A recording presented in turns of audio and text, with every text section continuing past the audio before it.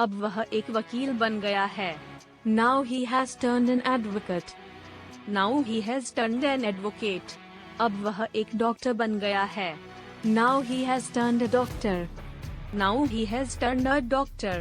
अब वह एक टीचर बन गया है। Now he has turned a teacher. Now he has turned a teacher. अब वह एक बिजनेसमैन बन गया है।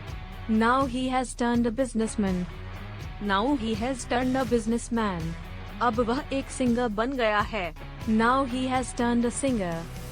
Now he has turned a singer. अब वह एक एक्टर बन गया है। Now he has turned an actor. Now he has turned an actor. अब वह एक लेखक बन गया है। Now he has turned a writer. Now he has turned a writer. अब वह एक आर्टिस्ट बन गया है। Now he has turned an artist. Now he has turned an artist.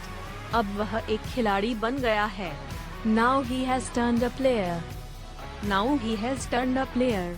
अब वह एक सैनिक बन गया है। Now he has turned a soldier. Now he has turned a soldier.